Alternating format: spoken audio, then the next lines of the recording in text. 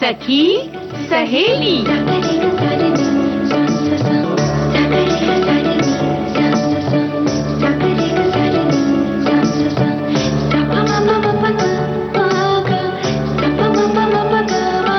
सखी सहेली।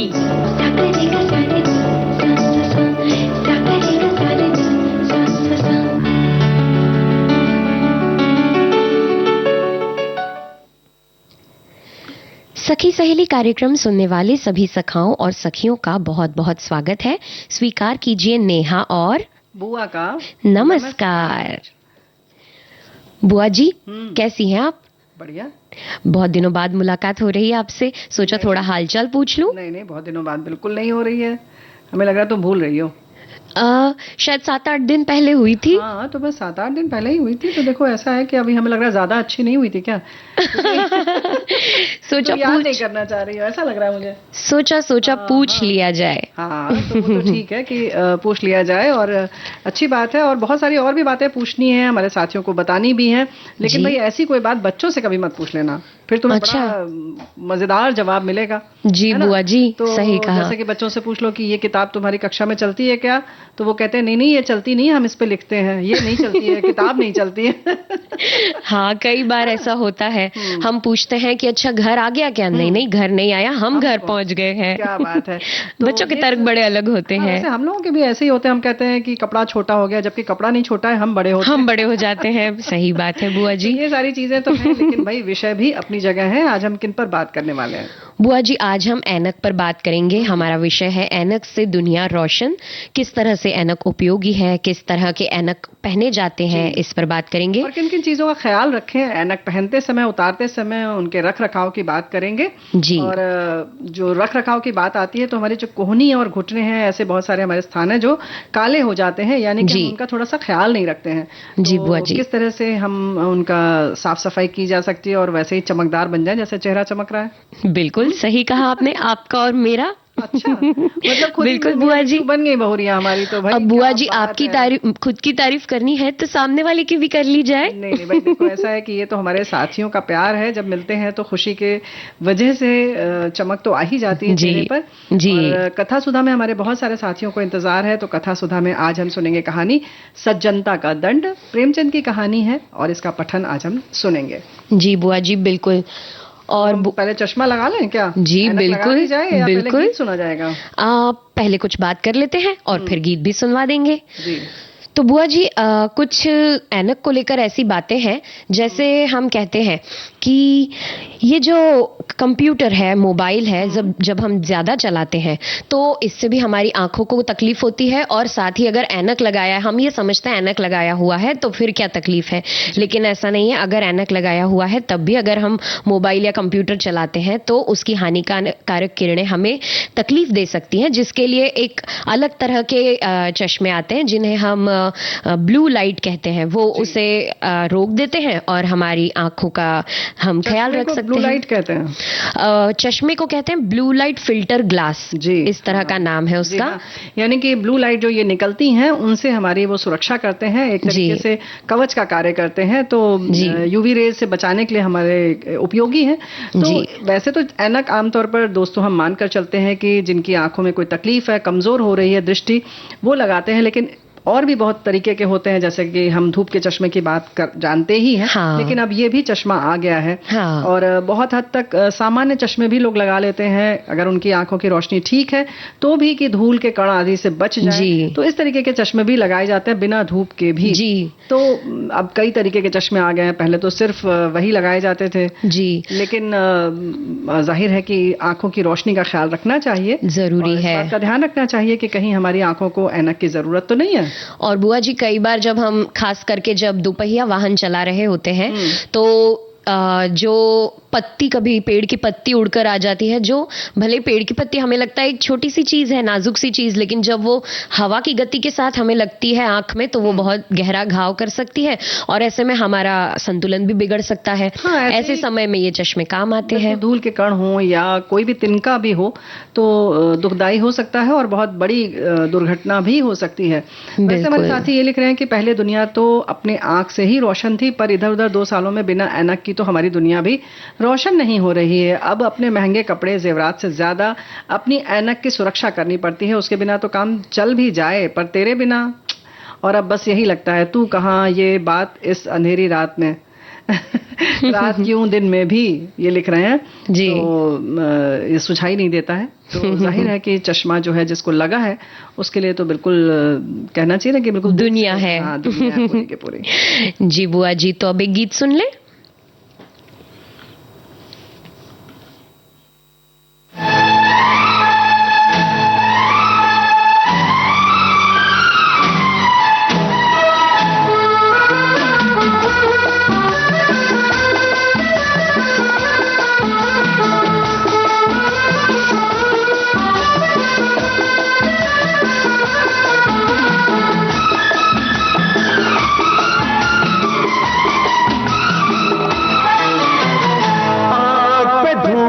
चश्मा, आँख पे धूप का चश्मा और सर पे घटाएं काली, आँख पे धूप का चश्मा और सर पे घटाएं काली। लूट लिया दिल तूने मेरा, लूट लिया दिल तूने मेरा, हाय नखरे वाली।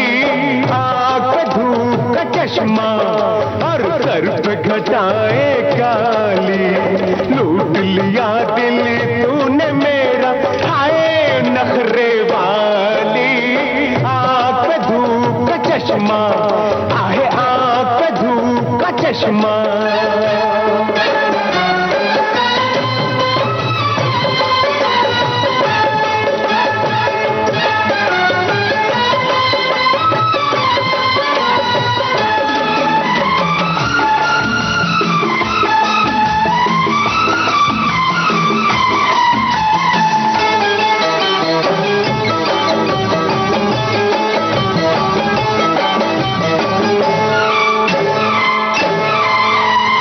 गुस्से में तेरा चेहरा, आए हाय गुस्से में तेरा चेहरा, आए हाय गुस्से में तेरा चेहरा कुछ और भला लगता है। बुलबुल का मगर चुप रहना ये मुझको बुरा लगता है।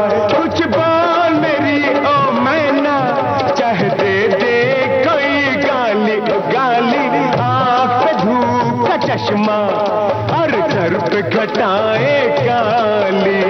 लूट लिया दिल तूने मेरा, हाय नखरे वाली।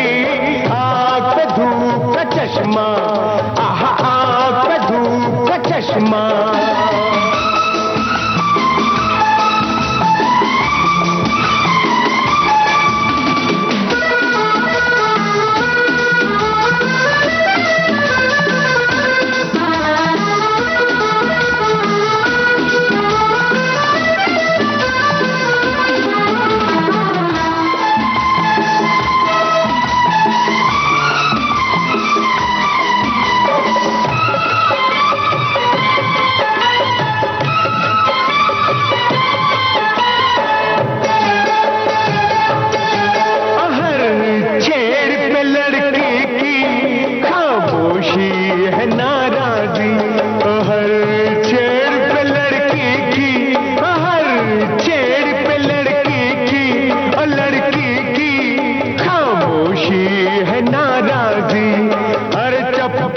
दिखाना ही, चप्पल का दिखाना ही होती है रजामंदी। जब ऐसा किया तो समझो तकदीर बदल डाली डाली। आँख पे धूप का चश्मा और सर पे घटाए काली।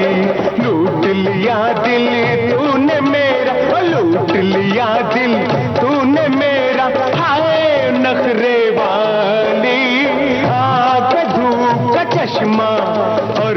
से घटाए काली, आँख पे धूप का चश्मा, आहे आँख पे धूप का चश्मा।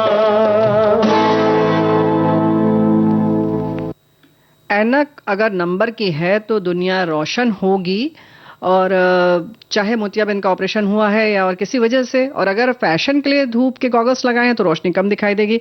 ये तो हुई सामान्य बात, लेकिन हम लोग जो बात कर रहे हैं कि ऐनक लगाकर जैसे कि किताबें पढ़ी ही जाती हैं, है ना जी। लेकिन लेट करना पड़े उससे बहुत जोर पड़ता है। ये हमारे साथियों को वैसे तो पता होगी, चिकित्सक ने बताया होगा, लेकिन हम लोग नजरअंदाज कर जाते हैं, है ना जी। इसके अलावा किताब को कम से कम 30 सेंटीमीटर की दूरी पर रखकर पढ़ना चाहिए, क्योंकि अगर ज्यादा नजदीक रखेंगे तो भी हमें दिक्कत होगी, दूर रखने पर भी होगी, जोर पड़ता है। इसके अलावा हर 30 मिनट में एक 5-10 मिनट का विश्राम लेना चाहिए। 5-10 मिनट ज्यादा हो जाएगा नहीं? हाँ, लेकिन हमने जो पढ़ा उस हिसाब से यही है, हर 30 मिनट में 5-10 मिनट। बात बिल्कुल सही है, और ये आपके अपने ऊपर भी निर्भर करता है कि कितनी रोशनी में आप पढ़ रहे हैं। अगर आप प्राकृतिक रोशनी में पढ़ रहे हैं तब उतना जोर नहीं पड़ता है, लेकिन अगर आप रात के समय थोड़ा सा कम, आपकी रोशनी कम है तो जोर ज्यादा पड़ता है। तब आपको उस समय की सीमा आपको देखनी होगी। और कभी केवल 5 मिनट का भी जो विश्राम होता है, मतलब 2-3 मिनट का आप जो आंखों का व्यायाम कर लेते हैं, आंखों को बंद कर लेते हैं, पानी से धो लेते हैं, उससे भी आराम मिल जाता है। लेकिन खैर ऐनक की जहां तक बात है, उसके लिए भाई इस बात का ख्याल रखें कि व्यायाम तो करें ही करें, उसका भी जो व्यायाम है वो भी कर लिया करें, यानी कि उसको साफ सफाई कर ली जाए, है ना? बिल्कुल जी। इसे साफ करने के लिए मुलायम कपड़े का इस्तेमाल किया जा सकता है, और इसे हल्के गर्म पानी से साफ किया जा सकता है, और दिन में एक बार तो साफ कर ही लेना चाहिए, ऐसा हमारे चिकित्सक बताते हैं। बिल्कुल करना ही चाहिए, क्योंकि अगर धूल होगी तो जाहिर है कि आपकी आंखों पर जोर पड़ेगा, और उसके लिए बहुत सारे लोशन भी आते हैं, तो बेहतर है कि आप उन्हीं से साफ करें। जो मुलायम कपड़ा है वो ऐनक के डिब्बे में ही रहता है, उसके केस में ही रहता है, तो उससे करें। और इसके संग संग एक बात और है कि जब चश्मा देख लें कि बहुत ढीला तो नहीं है, नहीं तो अगर ढीला है या बहुत टाइट है तो भी आपको तकलीफ देता है। ढीला है तो आपको वैसे इरिटेट करेगा, परेशान करेगा, और अगर कसा हुआ है तो कभी कभी कान में या सिर में दर्द भी होने लगता है ना? इसके साथ साथ ये भी ख्याल रखना चाहिए कि कम से कम साल में एक बार तो भी हम अपनी आंखों की जांच करवाएं। कहीं हमारा जो नंबर है वो बढ़ तो नहीं गया, तो इसलिए करवाने रहना जरूरी है। इसके संग संग एक बात और है कि अगर आपको ऐनक नहीं भी लगी हुई है, यानी आप चश्मा नहीं पहनते हैं, तो भी आप आंखों की जो है वो जांच करवाते रहिए। पता नहीं चलता है, अक्सर केवल सिर दर्द होता है और हम सोचते हैं कि किसी और वजह से, या हो सकता है कि सिर में दर्द ना हो और भी परेशानी हो रही है, और सिर्फ नंबर आपका है, थोड़ी सी दिक्कत है, तो आप शुरू में लगा लेंगे तो कहीं ना कहीं आपको मतलब चश्मा उतर भी जाएगा, है ना? तो इसलिए समय रहते लगा लें। और हमारे साथी लिख रहे हैं कि ऐनक विषय यानी चश्मा, और मैं रोज डेली, इन्होंने रोज और डेली दोनों लिखा है, 11 बजे से रात 9 बजे तक 40-50 ऐनक यानी चश्मे बनाता हूं मशीन पर। चश्मा बनाते हुए सावधानी जरूर रखता हूं, किसी भी कस्टमर के चश्मे का लेंस राइट लेफ्ट गलत ना हो जाए। बहुत से ग्राहकों के चश्मों का नंबर राइट लेफ्ट अलग अलग होता है, और उनके चश्मों की एक्सिस जो है यानी डिग्री भी अलग अलग होती है। तो ये वाकई बहुत पते की बात आपने बताई भाई। जाहिर है कि आप बनाते हैं तो आप हुनरमंद हैं और आपको सारी जानकारी है, तो आप अच्छी तरह जानते हैं कि, और ये लोग बाकायदा बताते भी हैं जब बेचते भी हैं कि भाई जब चश्मा आप लगाएं तो जब उतारें तो दोनों हाथ से उतारें, और कभी भी उसको जब आराम देना हो चश्मे को तो सिर के ऊपर न रख दें उसे, है ना? बड़ी दिक्कत हो जाती है बुआ जी, या तो हम भूल जाते हैं कि ये सिर पर है, और उसके बाद मान लीजिए कि कुछ काम करने के लिए, कुछ उठाने के लिए झुक गए, और अगर चश्मा गिर गया तो फिर बस तो चला गया, आपको नया लाना पड़ेगा। इसके संग संग एक बात और है कि जब आप सिर के ऊपर रखते हैं या दोनों हाथों से नहीं उतारते हैं तो टूटने की संभावना भी रहती है और ढीला भी हो जाता है, क्योंकि आप खुद देखेंगे कि आपकी जो आंखों के आसपास की जगह है उससे चौड़ा आपका माथा होता है, और जब ये ऊपर जाता है तो फ्रेम जो है वो फैल जाता है। और जैसे तुमने कहा ना कि ढूंढने वाली बात, तो हमारी साथी यही लिख रही है कि भाई चश्मे के बगैर तो अब जिंदगी चलती नहीं है, और कहीं रख के भूल जाती हूँ या सर के ऊपर लगा लिया तो भूल जाती हूँ, तो बच्चे कहते हैं कि चश्मा ढूंढने के लिए भी एक चश्मा रख लो। तो सही, कभी कभी लगता है ना बुआ जी कि चीजें बोलती हुई होनी चाहिए, जैसे फोन घूम जाता है, चश्मा घूम जाता है। देखो चश्मा फोन के लिए तो भाई किसी और फोन से आप लगा लेते हैं, मिला लेते हैं और वो बजने लगता है, तो ऐसे ही सब में भी कुछ कुछ ऐसा अलार्म लगा होना चाहिए कि आप दूर से अगर बजाएं तो वो बज जाए, पता चले कि चश्मा, हाँ मैं यहाँ हूँ। तो इनकी अटेंडेंस भी होते रहना चाहिए। इसके संग संग एक और बात है बुआ जी कि बच्चों को आदत होती है अपने दादाजी दादी जी का चश्मा लेकर लगाकर और ऐसे वृद्ध जनों की वो अभिनय करते हैं, खेलते हैं आपस में, लेकिन वो गलत है। उससे बच्चों की जो नन्ही मासूम आंखें होती हैं थोड़ी कमजोर होती हैं, वो कमजोर हो जाएंगी जी। तो इस बात का ख्याल रखें। और इसके संग संग एक बात और है, ये तो केवल क्या छोटे लोग करते हैं, बड़े लोग नहीं करते हैं। बड़े लोग भी करते हैं, भाई हम भूल गए, लाओ अपना चश्मा दे दो, हम लगा लें। तो कृपया ये ना करें और ना अपना दें आप किसी को और ना लगाएं। इससे तो ढीला भी होगा और दूसरा जो नंबर वाला दिक्कत है वो भी हो जाएगा। और नंबर वाली दिक्कत ना हो इसलिए अच्छा है कि हम पहले गीत सुन लें, है ना? बिल्कुल।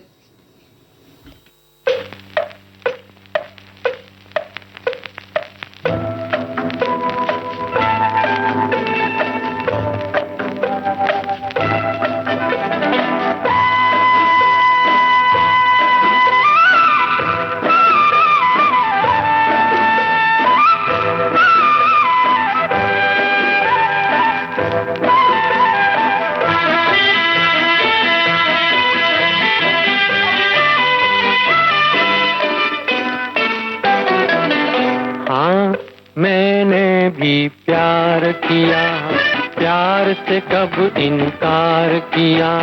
भीगी भीगी रातें, मीठी मीठी बातें और मैंने दिल को निसार किया। हाँ मैंने भी प्यार किया, प्यार से कब इनकार किया। भीगी भीगी रातें, मीठी मीठी बातें और मैंने दिल को निसार किया।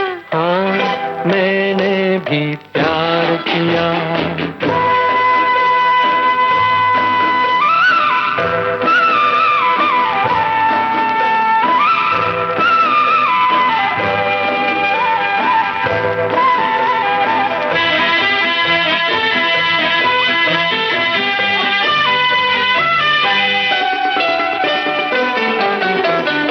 प्यार किया कलियों के महकते अंगों से, प्यार किया मैंने गुल के गुलाबी गालों से।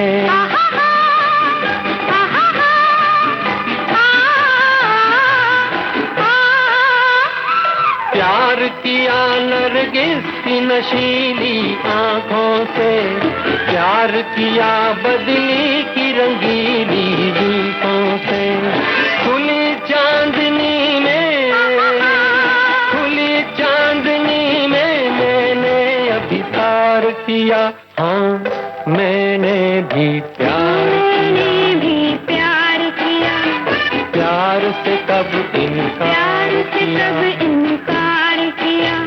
भीगी भीगी रातें, मीठी मीठी बातें और मैंने दिल को निसार किया। हाँ मैंने भी प्यार किया।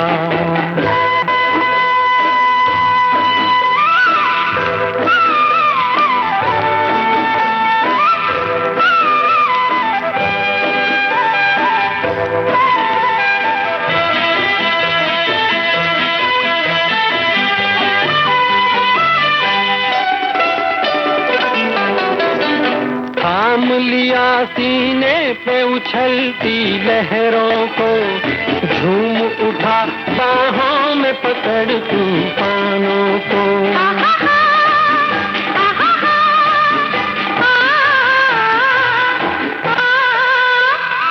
झूम लिया बिजली के मचलते होठों को, लूट लिया मैंने मस्त उभरती बहारों को। रात की दुल्हन का मैंने श्रृंगार किया। हाँ मैंने भी प्यार किया। प्यार से कब इनकार किया। भीगी भीगी रातें, मीठी मीठी बातें और मैंने दिल को निसार किया। हाँ मैंने भी प्यार किया। प्यार से कब इनकार किया।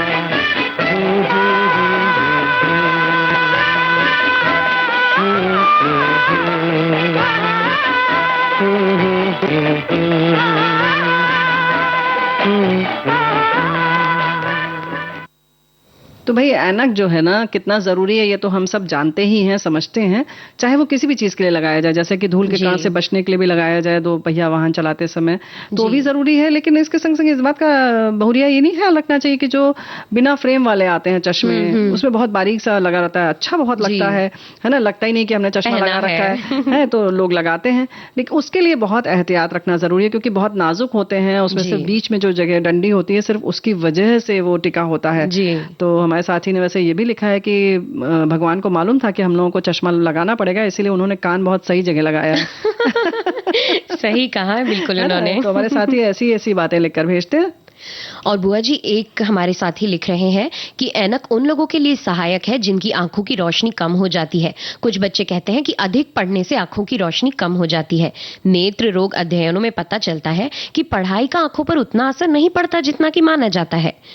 फ्लिट फ्रॉक कहते हैं, हमने जितना इस पर शोध किया और लोगों की पढ़ने की घंटों को मापा, आंखों की रोशनी से इसका उतना रिश्ता नहीं होता। ओहियो में बच्चों पर शोध हुए जिससे पता चला कि पढ़ाकू बच्चों और उनके कमजोर आंखों के बीच कोई रिश्ता नहीं है। ऐसा तो मतलब कुछ ऐसे ही शोध होते ही रहते हैं। तो अलग अलग देश की बातें अलग हैं। ये भी बात इन्होंने लिखी है कि बाहर ज्यादा समय गुजारते हैं उनकी आंखें ज्यादा स्वस्थ रहती हैं, तो यानी कि प्रकृति के साथ हमें रहना चाहिए।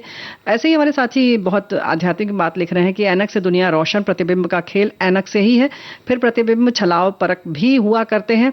इस दृष्टिकोण से बचपन में पढ़ी एक कहानी याद आती है जिसका शीर्षक था ग्रेडी डॉग। अपने ही मुंह में रखे रोटी के प्रतिबिंब को देखकर जो प्रतिबिंब वाले रोटी को पाने के लिए जैसे ही मुंह खोलता है वैसे ही जो पाया था उसे भी खो देता है। ये दृश्यमान जगत ऐसा ही है। इससे तात्पर्य ये नहीं कि ईश्वर ने आंखें व्यर्थ दी हैं, वे अपनी जगह है। ऐनक अवस्था विशेष से आवश्यक है। फिर अब तो लेजर तकनीक भी आ गई है जिससे कम से कम बालकों के ऐनक हटाए ही जा सकते हैं। अच्छा, एक बात और है कि इसी से याद आ रहा है कि बच्चों को कैसे परेशानी हो रही है या उनकी नजर कमजोर हो रही है, ये इस पर हम बहुत ध्यान नहीं देते, नजरअंदाज कर जाते हैं। और बच्चे अगर कहते भी हैं कि उनका होमवर्क पूरा नहीं हो रहा है, होमवर्क तो नहीं, क्लास वर्क अगर उनका ठीक से नहीं हो रहा है तो हम मानकर चलते हैं कि बच्चा थोड़ा सा शैतानी कर रहा है। तो उसका ख्याल रखिए। अक्सर हो सकता है कि उसको दिखाई ना दे रहा हो, है ना, ये भी समस्या हो सकती है। हाँ, जैसे उसने कहा कि हमें नहीं दिखाई दे रहा तो हम सोचते हैं बहाना मार रहा है। तो आजकल बच्चों में ये समस्या बहुत हो रही है और बहुत सारे व्यायाम आ गए हैं अलग अलग, और वो करने से ठीक हो जाता है। तो कृपया इस बात का ख्याल रखें कि ऐनक लगे ही ना। जी। और बुआ जी एक श्रोता ये भी लिख रहे हैं कि ऐनक के खास ग्लास के अलावा आप सनग्लास वाले चश्मे का इस्तेमाल कर सकते हैं। मैं भी वही इस्तेमाल कर रहा हूँ, काफी फायदेमंद है।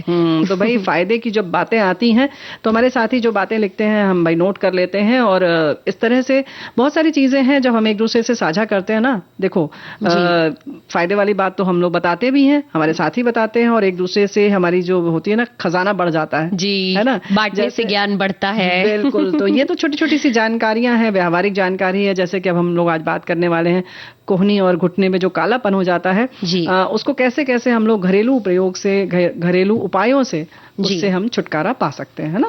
जी बुआ जी, जैसे पैरों की हड्डी पे भी ऐसा कालापन आ जाता है, तो इसके लिए कुछ उपाय हैं। जैसे कि अगर हमारे पास नारियल का तेल जो हमारे यहाँ आसानी से उपलब्ध होता है, तो इसे हम कर सकते हैं कि नहाने के बाद नारियल के तेल की कुछ बूंदे लेकर उस काले हिस्से पर 10-15 मिनट तक मालिश कर लें। आप चाहें तो इसमें नींबू की रस की 2-3 बूंदे भी मिला सकते हैं। और साथ ही अगर अखरोट का पाउडर मिलाने से उन हिस्सों की स्क्रबिंग हो जाती है तो और भी बढ़िया है, क्योंकि इससे जो उसका अखरोट के खुरदुरेपन से त्वचा अच्छे से साफ होती है। जी। तो जैसे कि हम लोग निर्जीव त्वचा जो होती है या मृत त्वचा जो होती है उसको भी साफ करते हैं, स्क्रब करते हैं, चेहरे की भी, हाथों की, तो इसमें तो कुछ ज्यादा ही होती है, तो सफाई हो जाती है। एक और भी तरीका है, जो वैक्सिंग वाले जो आते हैं स्ट्रिप्स, उनसे भी आप अगर कर लें तो उनसे भी काफी गंदगी निकल जाती है और उससे भी सफाई होती है।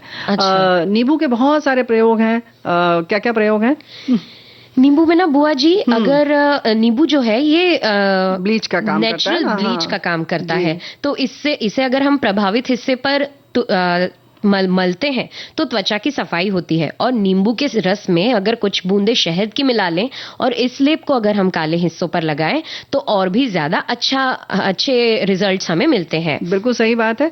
इसके संग संग एक बात और है कि आम के आम गुठलियों के दाम भी की कहावत चरितार्थ होती है कि नींबू का रस जैसे हम निचोड़ जब लेते हैं और आप कोई काम कर रहे हैं तो आपने मेज पर जैसे हम कोहनी रख के बैठते हैं ना, तो कोहनी के नीचे आप जो छिलके हैं अच्छा। छिलके की तरफ वाला हिस्सा जहाँ रस निकलता है वो नहीं, रस निकल गया उसको उल्टा कर दीजिए। अच्छा। और जो वो छिलके वाला हिस्सा है उसको आप कोहनी के ऊपर ऐसे लगा दीजिए, वो टोपी की तरह हो जाएगा।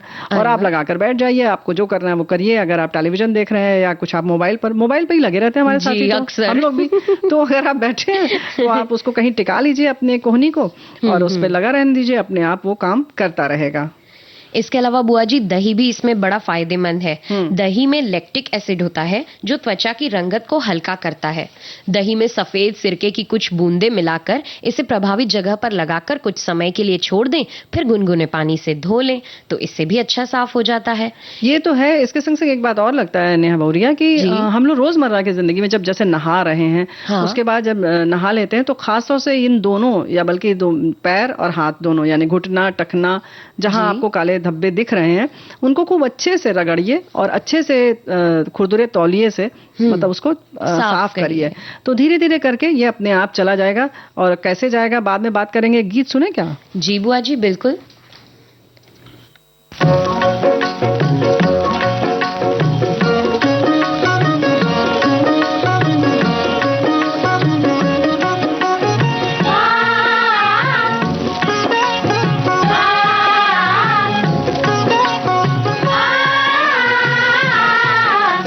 चली पिया के साथ मिला के हाथ नया संसार बसाने को। गोरी चली पिया के साथ मिला के हाथ नया संसार बसाने को। देखो आई मिलन की रात, सजी बारात चली ठुकरा के जमाने को। देखो आई मिलन की रात, सजी बारात चली ठुकरा जमाने को। गोरी चली पिया के साथ मिला के हाथ नया संसार बसाने को।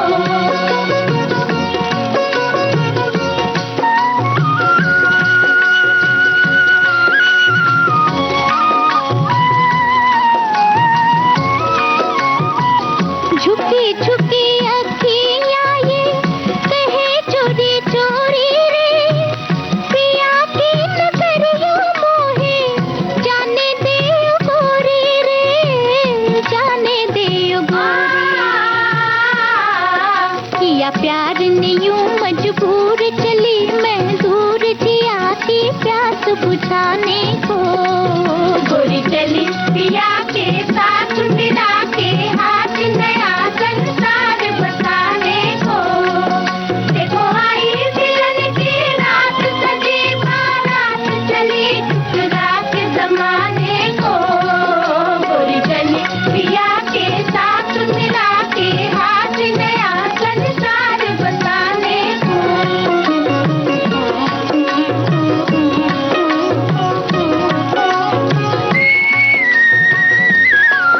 मैं प्यार का एक दीवाना पंछी अलबेला मस्ताना।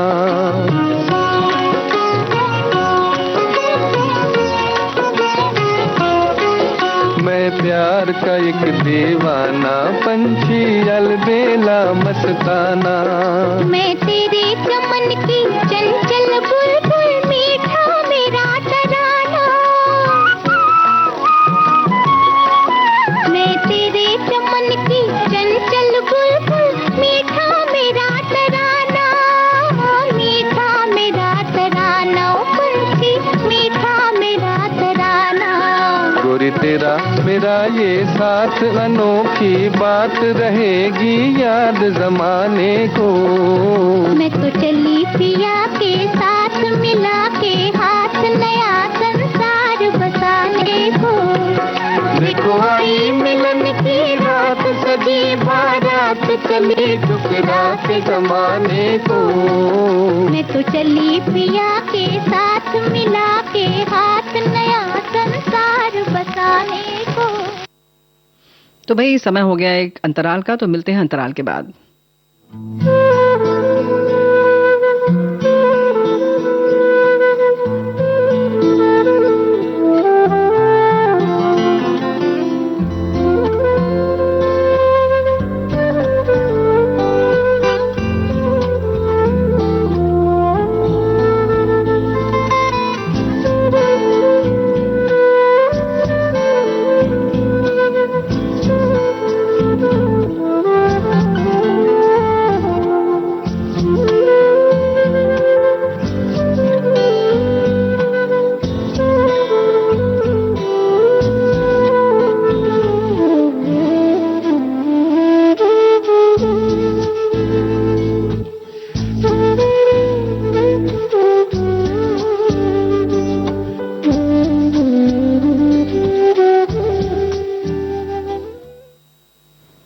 तो अंतराल के बाद हम फिर हाजिर हैं लेकर कार्यक्रम, आपका पसंदीदा कार्यक्रम सखी सहेली।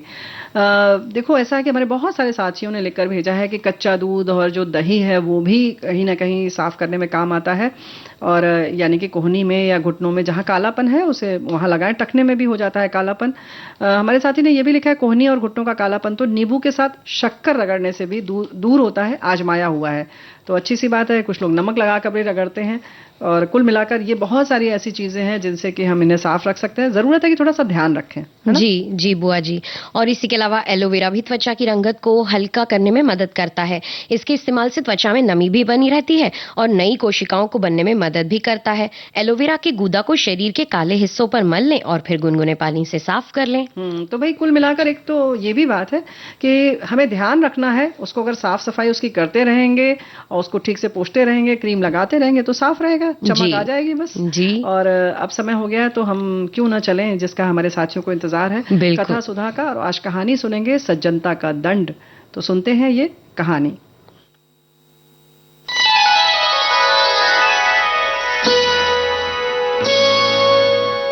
कथा सुधा, भाव भरी कहानियों का सागर, जिसकी लहरें कभी मुस्कुराहट सजाएंगी तो कभी आंखें नम कर जाएंगी। सामाजिक सरोकार से लेकर परिवार तक की होंगी बातें। कुछ मनोरंजन होगा तो कुछ सीख भी मिल जाएगी। हर बार नई अनसुनी कहानी की अलग अंदाज में होगी बयानी।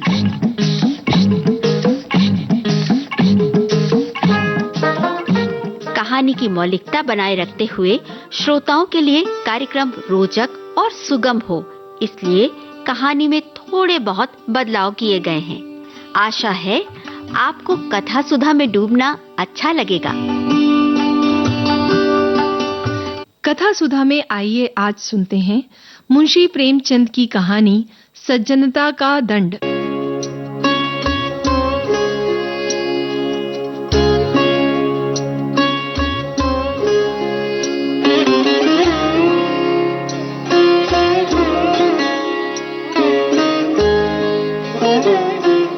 साधारण मनुष्य की तरह शाहजहांपुर के डिस्ट्रिक्ट इंजीनियर सरदार शिव सिंह में भी भलाइयां और बुराइयां दोनों ही वर्तमान थीं।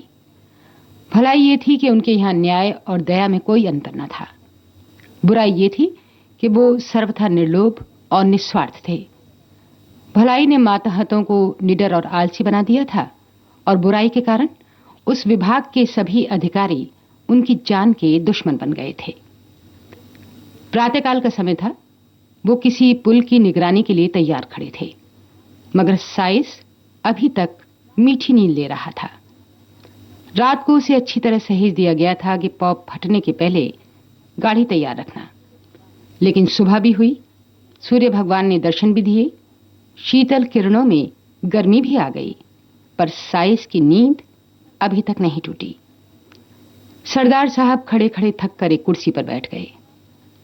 साइस तो किसी तरह जागा, परंतु अर्दली के चपरासियों का पता नहीं। जो महाशय डाक लेने गए थे वो एक ठाकुर द्वारा में खड़े चरणामृत की प्रतीक्षा कर रहे थे। जो ठेकेदार को बुलाने गए वो बाबा रामदास की सेवा में बैठे गांजे का दम लगा रहे थे। धूप तेज होती जा रही थी। सरदार साहब झुंझलाकर मकान में चले गए और अपनी पत्नी से बोले, इतना दिन चढ़ाया, अभी तक एक चपरासी का भी पता नहीं। इनके मारे तो मेरे नाक में दम आ गया है। पत्नी ने दीवार की ओर देखकर दीवार से कहा, यह सब उन्हें सिर चढ़ाने का नतीजा है। सरदार साहब चिढ़कर बोले, तो क्या करूं, उन्हें फांसी दे दूं? सरदार साहब के पास मोटर कार का तो कहना ही क्या, कोई फिटन भी नहीं थी। वे अपने इक्के से ही प्रसन्न थे, जिसे उनके नौकर चाकर अपनी भाषा में उड़न खटोला कहते थे। शहर के लोग उसे इतना आदर सूचक नाम न देकर छकड़ा कहना ही उचित समझते थे। इसी तरह सरदार साहब अन्य व्यवहारों में भी बड़े ही मितव्ययी थे। उनके दो भाई भी इलाहाबाद में पढ़ते थे।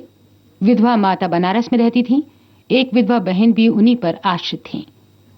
इनके सिवा कई गरीब लड़कों को छात्रवृत्तियां भी देते थे। इन्हीं कारणों से वो सदा खाली हाथ रहते। यहां तक कि उनके कपड़ों पर भी इस आर्थिक दशा के चिन्ह दिखाई देते थे। लेकिन ये सब कष्ट सहकर भी वो लोभ को अपने पास न फटकने देते। जिन लोगों पर उनका स्नेह था वो उनकी सज्जनता को सराहते थे, उन्हें देवता समझते थे। उनकी सज्जनता से उन्हें कोई हानि न होती थी। लेकिन जिन लोगों से उनके व्यावसायिक संबंध थे वे उनके सद्भावों के ग्राहक न थे, क्योंकि उन्हें हानि होती थी। यहां तक कि उन्हें अपनी सहधर्मिणी से भी कभी कभी अप्रिय बातें सुननी पड़ती थीं। एक दिन वो दफ्तर से आए तो उनकी पत्नी ने स्नेहपूर्ण ढंग से कहा, तुम्हारी ये सज्जनता किस काम की, जब सारा संसार तुमको बुरा कह रहा है जी? सरदार साहब ने दृढ़ता से जवाब दिया, संसार चाहे जो कहे, परमात्मा तो देखता है। रमा ने जवाब पहले ही सोच लिया था। वो बोली, मैं तुमसे विवाद तो नहीं करती, मगर सर आपने दिल में विचार करके देखो कि तुम्हारी सच्चाई का दूसरों पे क्या असर पड़ता है। तुम तो अच्छा वेतन पाते हो, तुम अगर हाथ न बढ़ाओ तो तुम्हारा निर्वाह हो सकता है, रूखी रोटियां मिल ही जाएंगी। मगर ये 10-10, 5-5 रुपए के चपरासी, मुहर्रिर, दफ्तरी बेचारे कैसे गुजर करें? उनके भी बाल बच्चे हैं, उनके भी कुटुंब परिवार है, शादी, गमी, तिथि, त्योहार सब उनके साथ लगे हुए हैं। भलमानसी का भेष बनाए काम नहीं चलता। पता कैसे गुजर करे वो, कैसे होगा उनका गुजारा? अभी रामदीन चपरासी की घरवाली आई थी। रोते रोते आंचल भीगता था बेचारी का। लड़की सयानी हो गई है, उसका ब्याह करना पड़ेगा। ब्राह्मण की जाति, हजारों का खर्च, बताओ उसके आंसू किसके सिर पड़ेंगे? ये सब बातें सच थीं। इनसे सरदार साहब को भी इनकार नहीं हो सकता था। उन्होंने स्वयं इस विषय में बहुत कुछ विचार किया था। यही कारण था कि वो अपने मातहतों के साथ बड़ी नरमी का व्यवहार करते। वे बोले, तुम्हारी बातें सब यथार्थ हैं, किंतु मैं विवश हूं। अपने नियमों को कैसे तोड़ूं? यदि मेरा वश चले तो मैं इन लोगों का वेतन बढ़ा दूं, लेकिन यह नहीं हो सकता कि मैं खुद लूट मचाऊं और उन्हें लूटने दूं। तो ये हत्या किसके सिर पड़ेगी? रमा ने व्यंग्यपूर्ण शब्दों में कहा। ये उन लोगों के सिर पड़ेगी जो अपनी हैसियत और आमदनी से अधिक खर्च करना चाहते हैं, सरदार साहब ने तीव्र होकर उत्तर दिया। अर्दली बनकर क्यों वकील के लड़के से लड़की ब्याहने की ठानते हैं? दफ्तरी को यदि टहलवे की जरूरत हो तो ये किसी पाप कार्य से कम नहीं, समझी? मेरे साइज की स्त्री अगर चांदी की सिल गले में डालना चाहे तो ये उसकी मूर्खता है। इस झूठी बढ़ाई का उत्तरदाता मैं नहीं हो सकता। इंजीनियरों का ठेकेदारों के साथ कुछ ऐसा ही संबंध होता है जैसा मधुमक्खियों का फूलों से। ये मधुरस कमीशन कहलाता है। रिश्वत लोक और परलोक दोनों का ही सर्वनाश कर देती है। उसमें भय है, चोरी है, बदमाशी है, मगर कमीशन एक मनोहर वाटिका है जहां न मनुष्य का डर है, न परमात्मा का भय, यहां तक कि आत्मा की छिपी हुई चुटकुलियां भी वहां कोई असर नहीं करती। और कहां तक कहें, इसकी ओर बदनामी की आंख भी कोई नहीं उठाता। ये वो बलिदान है जो हत्या होते हुए भी धर्म का एक अंश है। ऐसी अवस्था में यदि सरदार शिव सिंह अपने उज्जवल चरित्र को इस धब्बे से साफ रखते थे और उस पर अभिमान करते थे तो वो क्षमा के पात्र ही थे ना। मार्च का महीना बीत रहा था। चीफ इंजीनियर साहब जिले में मुआयना करने आ रहे थे, मगर अभी तक इमारतों का काम अपूर्ण था। सड़कें खराब हो रही थीं, ठेकेदारों ने मिट्टी और कंकड़ भी जमा नहीं किए थे। सरदार साहब रोज ठेकेदारों को ताकीद करते, मगर इसका फल कुछ ना होता। एक दिन उन्होंने सबको बुलाया। वो कहने लगे, तुम लोग क्या यही चाहते हो कि मैं इस जिले से बदनाम होकर जाऊं? मैंने तुम्हारे साथ कोई बुरा सलूक नहीं किया। मैं चाहता तो आपसे ये काम छीनकर खुद करा लेता, मगर मैंने आपको हानि पहुंचाना उचित नहीं समझा और उसकी ये सजा मिल रही है। खैर, ठेकेदार लोग जब वहां से चले तो बातें होने लगी। मिस्टर गोपाल दास बोले, अब आटे दाल का भाव मालूम हो जाएगा। शहबाज खान ने कहा, किसी तरह इसका जनाजा निकले तो यहां से। सेठ चुन्नीलाल ने फरमाया, इंजीनियर से मेरी जान पहचान है, मैं उसके साथ काम कर चुका हूं। अरे वो इसे खूब लथाड़ेगा। इस पर बूढ़े हरिदास ने उपदेश दिया, यारो स्वार्थ की बात है, नहीं तो सच ये है कि ये मनुष्य नहीं देवता है। भला और नहीं तो साल भर में कमीशन के कम से कम 10,000 तो होते। इतने रुपयों को ठीकरों की तरह तुच्छ समझना क्या कोई सहज बात है? और एक हम हैं कि कोड़ियों के पीछे ईमान बेचते फिरते हैं। जो सज्जन पुरुष हमसे एक पाई का रवादार न हो, सब प्रकार के कष्ट उठाकर भी जिसकी नीयत डामाडोल न हो, उसके साथ ऐसा नीच और कुटिल बर्ताव करना पड़ता है। इसे अपने अभाग्य के सिवा और क्या समझूं? शहबाज खान ने फरमाया, हाँ, इसमें शक तो कोई नहीं, पर ये इंसान नेकी का फरिश्ता है। सेठ चुन्नीलाल ने गंभीरता से कहा, खां साहब, बात तो वही है जो तुम कहते हो, लेकिन किया क्या जाए? नेक नियति से काम तो चलता नहीं। ये दुनिया तो छल कपट की है। मिस्टर गोपाल दास बीए पास थे। वो गर्व के साथ बोले, इन्हें जब इस तरह का रहना था तो नौकरी करने की क्या जरूरत थी? ये कौन नहीं जानता कि नियत को साफ रखना अच्छी बात है, मगर ये भी तो देखना चाहिए कि इसका दूसरों पर क्या असर पड़ता है। भाई, हमको तो ऐसा आदमी चाहिए जो खुद खाए और हमें खिलाए। अरे खुद हलवा खाए, हमें रूखी रोटियां ही सही। वो अगर 1 रुपया कमीशन लेगा तो उसकी जगह 5 का फायदा करा देगा। पर इन महाशय के यहाँ क्या है? इस हिसाब आप जो कहें कहें, मेरी तो इनसे कभी निभ नहीं सकती। सरदार साहब की एक पुत्री थी। उसका विवाह मेरठ के एक वकील के लड़के से ठहरा था। लड़का होनहार था, जाति कुल ऊंचा था। सरदार साहब ने कई महीने की दौड़ धूप के बाद इस विवाह को तय किया था और सब बातें तय हो चुकी थी, केवल दहेज का निर्णय नहीं हुआ था। आज वकील साहब का एक पत्र आया। उसने इस बात का भी निश्चय कर दिया, मगर विश्वास, आशा और वचन के बिल्कुल प्रतिकूल।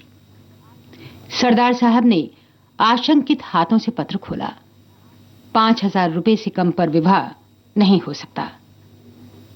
वकील साहब को बहुत खेद और लज्जा थी कि वो इस विषय पर स्पष्ट होने पर मजबूर हो गए।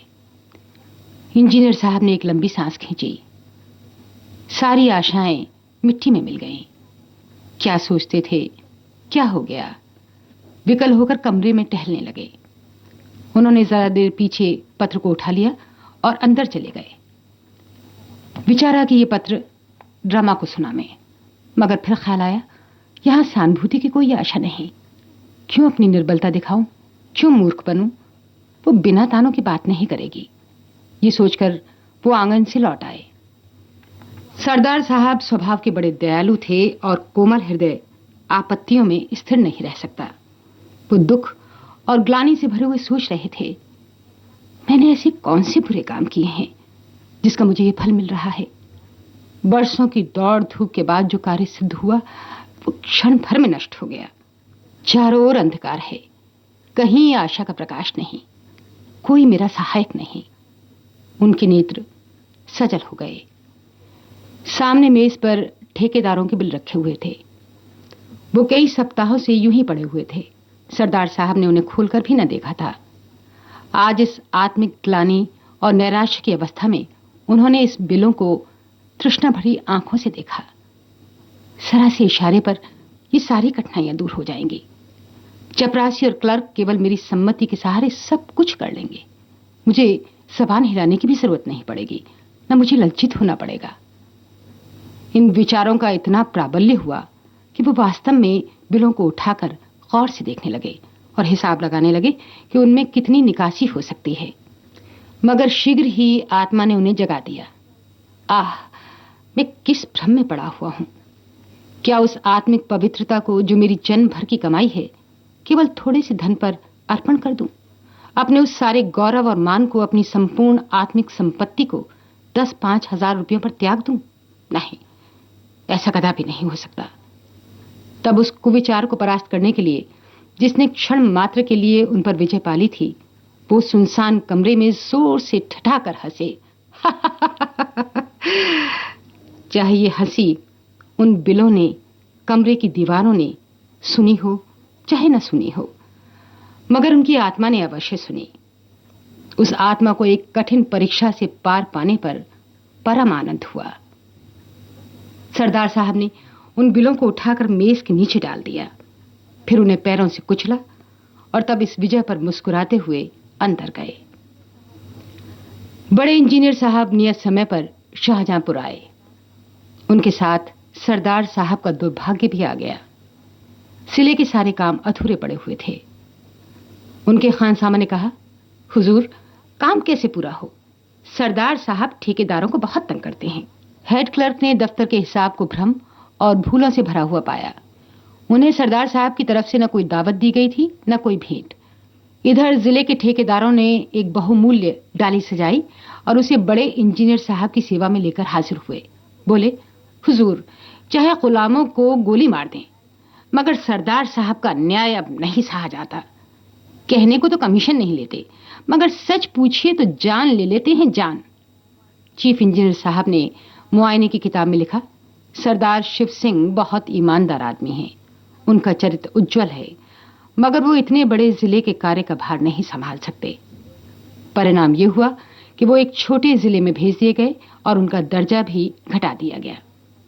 सरदार साहब के मित्रों और स्नेहियों ने बड़े समारोह से एक जलसा किया और उसमें उनकी धर्मनिष्ठा और स्वतंत्रता की प्रशंसा की। यात्रा के सामान तैयार थे। सरदार साहब जलसे से आए तो रामा ने उन्हें बहुत उदास और मलिन मुख देखा। उसने बार बार कहा था कि बड़े इंजीनियर के खानसामे को इनाम दे दो, हेड क्लर्क की दावत करो, मगर सरदार साहब ने उसकी एक बात न मानी थी। इसलिए जब उसने सुना था कि उनका दर्जा घटा और बदली भी हुई, तब उसने बड़ी निर्दयता के साथ व्यंग्यबाण चलाए थे। मगर इस वक्त उन्हें उदास देखकर उससे न रहा गया। बोली, क्यों इतने उदास हो? सरदार साहब ने उत्तर दिया, क्या करूं, हंसूं? रामा ने गंभीर स्वर में कहा, हंसना ही चाहिए। रोए तो वो जिसने कौड़ियों पर अपनी आत्मा भ्रष्ट की हो, जिसने रुपयों पर अपना धर्म बेचा हो। ये बुराई का दंड नहीं है, ये भलाई और सज्जनता का दंड है। इसे सानंद झेलना चाहिए। ये कहकर उसने पति की ओर देखा तो नेत्रों में सच्चा अनुराग भरा हुआ दिखाई दिया। सरदार साहब ने भी उसकी ओर स्नेहपूर्ण दृष्टि से देखा। उनकी हृदयेश्वरी का मुखारविंद सच्चे आमोद से विकसित था। उसे गले लगाकर वो बोले, रामा, मुझे तुम्हारी ही सहानुभूति की जरूरत थी। अब मैं इस दंड को सहर्ष सहूंगा। कथा सुधा में अभी आप सुन रहे थे मुंशी प्रेमचंद की कहानी सज्जनता का दंड। वाचन स्वर कांता गुप्ता।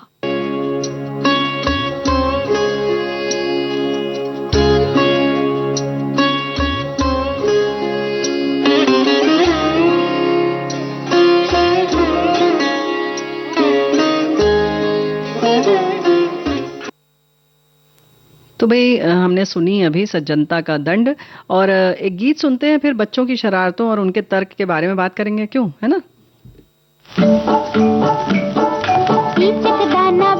दाना दाने ऊपर दाना, इचक दाना, इचक दाना, इचक दाना, दाने ऊपर दाना, इचक दाना। सच्चे ऊपर लड़की नाचे, लड़का है दीवाना, इचक दाना। सच्चे ऊपर लड़की नाचे, लड़का है दीवाना, इचक दाना। बोलो क्या? अनार। इचक दाना, इचक दाना, दाने ऊपर दाना, इचक दाना।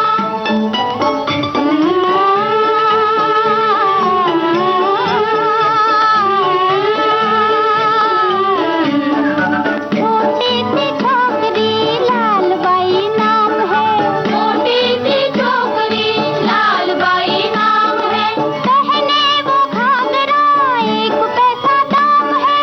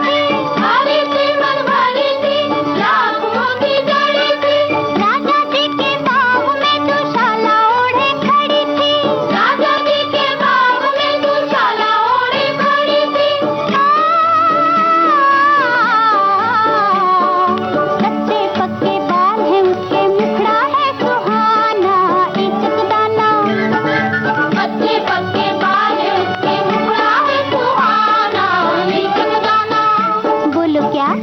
बोलो बोलो।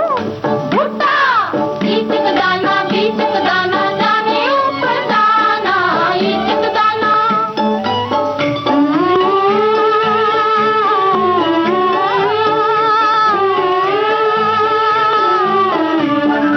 एक जानवर ऐसा जिसकी दुम पर पैसा, एक जानवर ऐसा जिसके दुम पर पैसा, सर पे है ताज भी बादशाह के जैसा, सर पे है ताज भी बादशाह के जैसा।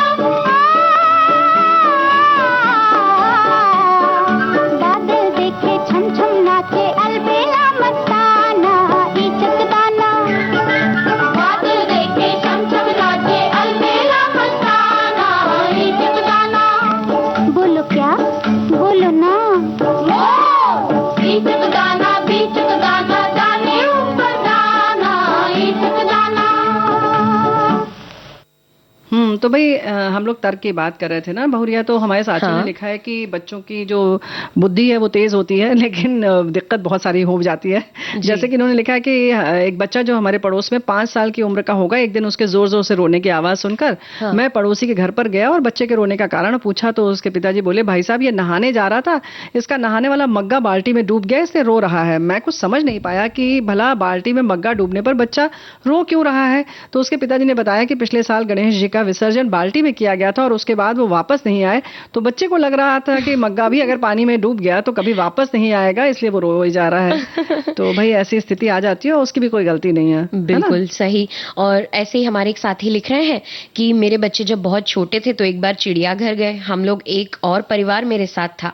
उनकी छोटी बच्ची को बंदर देखकर वो मचल गई और कहने लगी मुझे बंदर चाहिए। बड़ी मुश्किल से बहला फुसला कर वो वहां से लौटे। यानी कि इन्होंने लिखा ना कि चंद्र खिलौना लइयो मैया, मैं तो वही वाला हाल हो गया है ना। जी जी बिल्कुल।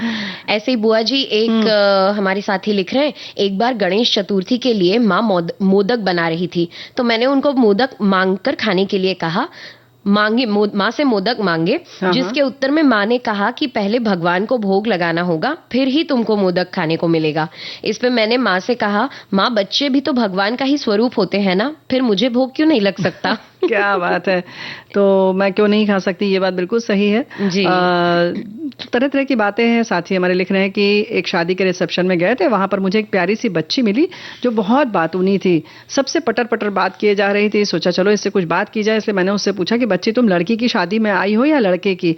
तो उस बच्ची ने तपाक से जवाब देते हुए कहा, शादी तो लड़का और लड़की दोनों की होती है, मैं तो दोनों की शादी में आई हूँ। फिर मुझे भी लगा सही बात है, बच्ची का तर्क सही है, मेरा सवाल ही गलत था।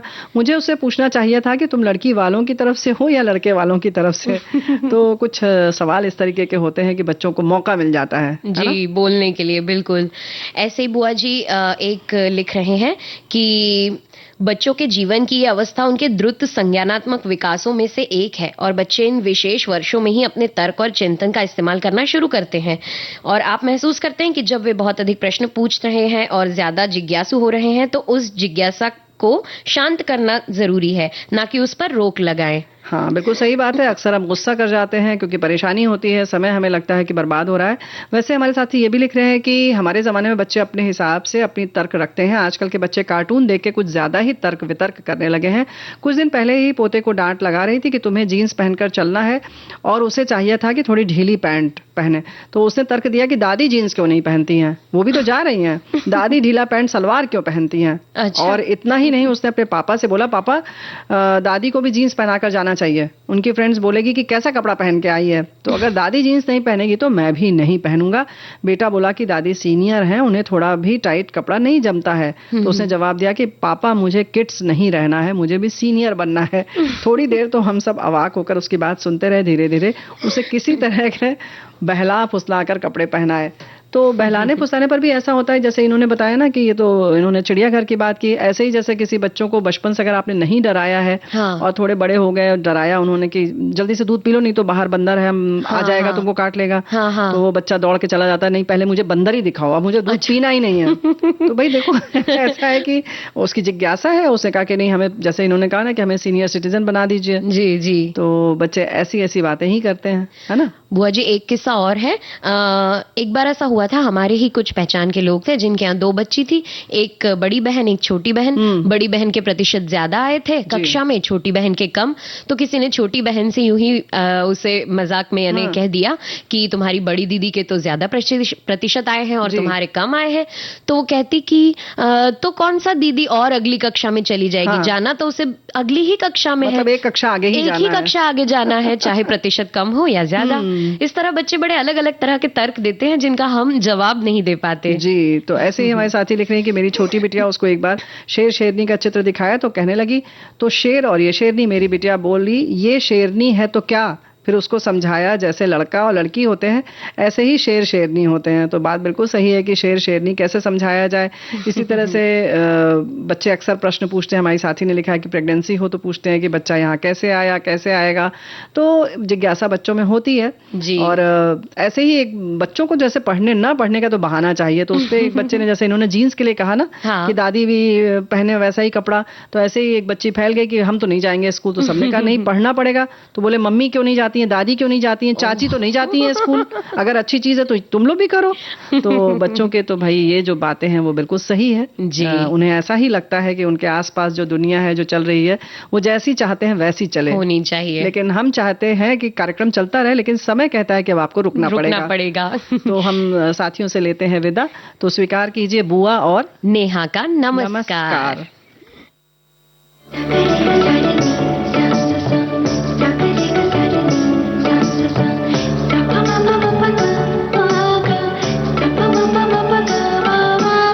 सखी सहेली।